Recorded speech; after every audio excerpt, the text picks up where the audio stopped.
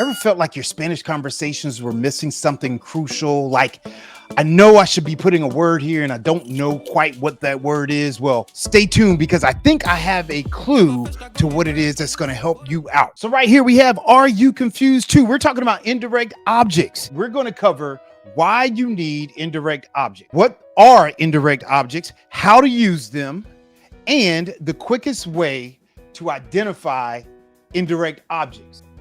But that's not it. Stick around to the end of the video and I will show you the traps to avoid when trying to identify the correct indirect object to use in a statement. So our first thing that we want to jump into is, why do I need indirect objects? So why do you need indirect objects? Here we have 5 major reasons we need indirect objects, and IDOS stands for indirect objects. So the first one is clarity. We want to know to or for whom an action is being performed. We're going to get into the more particular information about that momentarily. Emphasis, right? That's what we need indirect objects. And when you use indirect objects, you can add emphasis to a statement. We're also going to look at that.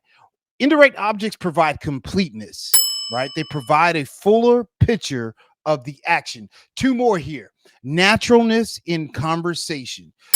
Using indirect objects allow us to make the language flow more naturally. And then we also use indirect objects to provide versatility in expressing complex ideas. We allow for some more complex expressions and more sophisticated sentence structures when we use indirect objects.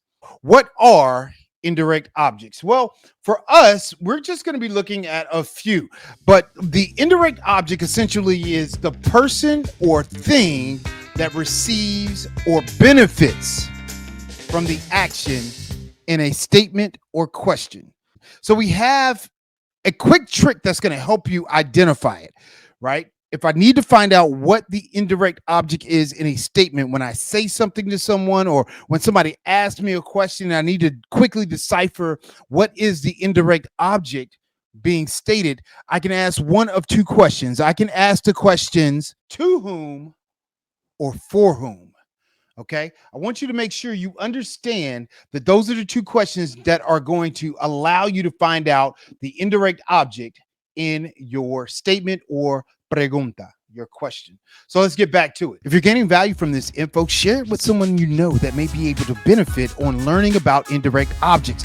This is something that is extremely crucial to perfecting and improving your language learning skills as you continue on your journey in Spanish. Okay, aquí tenemos los objetos indirectos or indirect objects.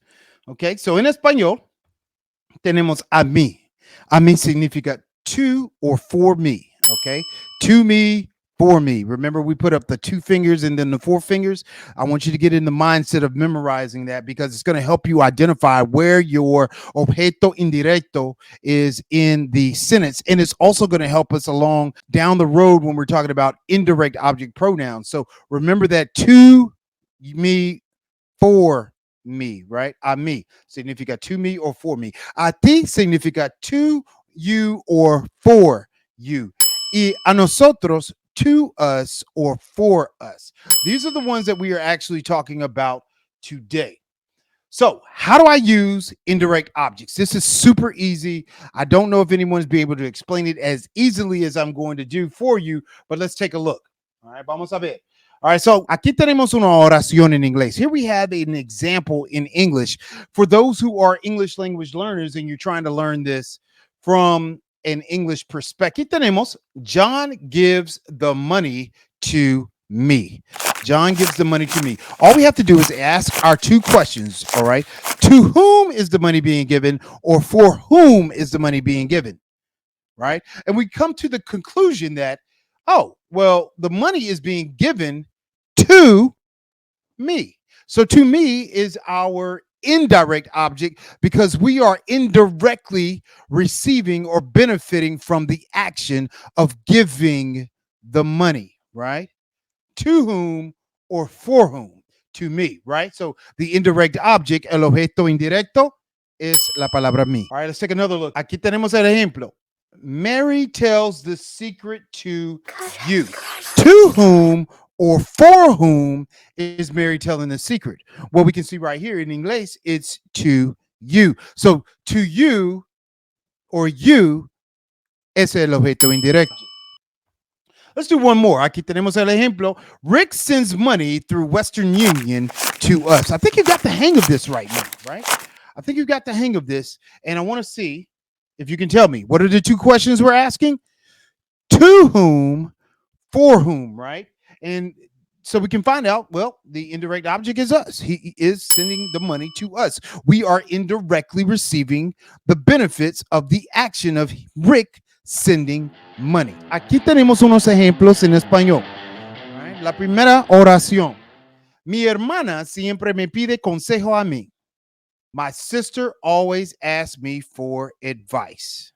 First off, there's a secret here, and we've got it underlined already.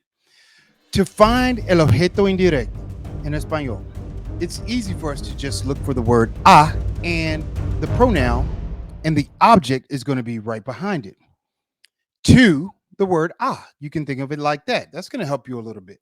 So, mi hermana siempre me pide consejo a mí. My sister always asks who for advice. To whom is she asking this question? Or to whom is she asking this advice? She's asking me for the advice. So I'm receiving the benefit of this action, which is the asking advice. Let's look at the next. El otro ejemplo. Otro ejemplo. ¿Por qué siempre te dan las tareas difíciles a ti? Why do they always give the hard task or hard assignments to you, a ti? To whom are they giving the hard or difficult task or assignments? To you, a ti. That's our objeto indirecto.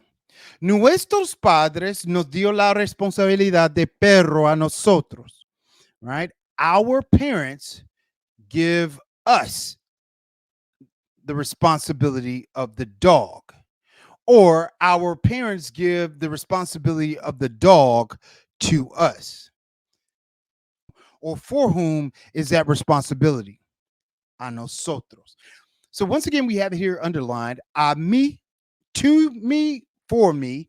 A ti, to you, for you. A nosotros, to us, for us. And if it's your first time here, soy Profe Don Omar, where I break down complex grammar concepts of how to learn Spanish so you can speak Spanish now. So let's continue on right here. Make sure you subscribe if you have not subscribed already. Aquí tenemos Prophase power tip. So the quickest and most effective way to spot when you must use the indirect object. That is what I have for you with today's Profe power tip. Take a look right here. It's going to tip you off to use a mí. Juan me da la pelota a mí, right? Juan gives the ball to whom, for whom? To me. Me da la pelota a mí. So that me is going to tip you off to where you can find your indirect object. It's always probably going to be the beneficiary of the action when we find the objeto indirecto. But look out. Un aviso when trying to figure it out this way. I don't want you to be fooled, okay? Por ejemplo, mi amiga me compró un regalo a mí para mi cumpleaños. Well, we have the questions to whom and for whom, right? And so make sure you understand it's a person or a thing, but more than likely a person for right now. Mi amiga me compró un regalo a mí para mi cumpleaños. Most people might see this sentence or question and they say, hey, man, that word para means for. So, oh, it's my birthday. That's what it's for. That's the indirect object. No, no, no. Au contraire, mon frère. If you speak French, let me know if I said that correctly in the comments. Just because we see the word para does not mean it's going to give us el objeto indirecto que necesitamos. It's not going to give us the indirect object that we need. We still have to go through our process of to whom or for whom was this item bought, right? You can go that way, or you can simply look at this word here before the conjugated verb. Compró is our conjugated verb. Whatever that pronoun is that's there is going to probably tip you off to what your objeto indirecto is in the statement. Okay, now I want you to test your skills right here.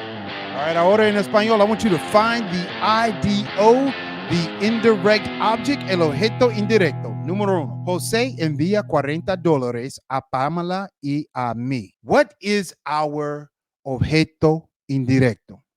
Let me know in the comment section if you know. And it's good practice to just go ahead and throw it in there anyway. Final answer. José nos envió $40 a Pamela y a mí. El objeto indirecto, Pamela and I. Jose sent $40 to Pamela and I. Encuentra el objeto indirecto. María te hace un favor a ti. Here we have a simple one. What is our indirect object? El objeto indirecto. Let me know in the comments. Aquí tenemos a ti. Final answer. Maria does a favor for you. To whom or for whom was this favor done? For you. So what are our key takeaways from today's lesson on objetos indirectos? ¿Qué es un objeto indirecto? What is an indirect object? Can you answer that question? If not, go back and watch it from the very beginning there. What an indirect object was. Número dos, ¿cuáles son los objetos indirectos que cubrimos? What are the indirect objects that we covered in this video? We only did 3. What are them? Question for you. What are those? Let me know in the comment section below. What are the 3 indirect objects that we covered today in this video? Número 3. What 2 questions can I ask about a statement or a question that will give me my indirect object? Put that in the comment section as well. Número 4. Where do I find the indirect object or a question? We covered that as well.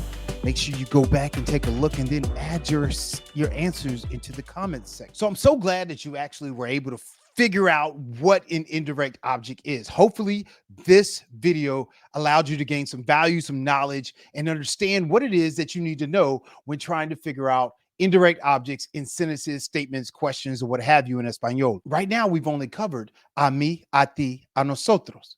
In this next video right here, we're going to talk about indirect object pronouns. So make sure you click on that video and I'll see you there. Soy Profe Don Omar. Nos vemos.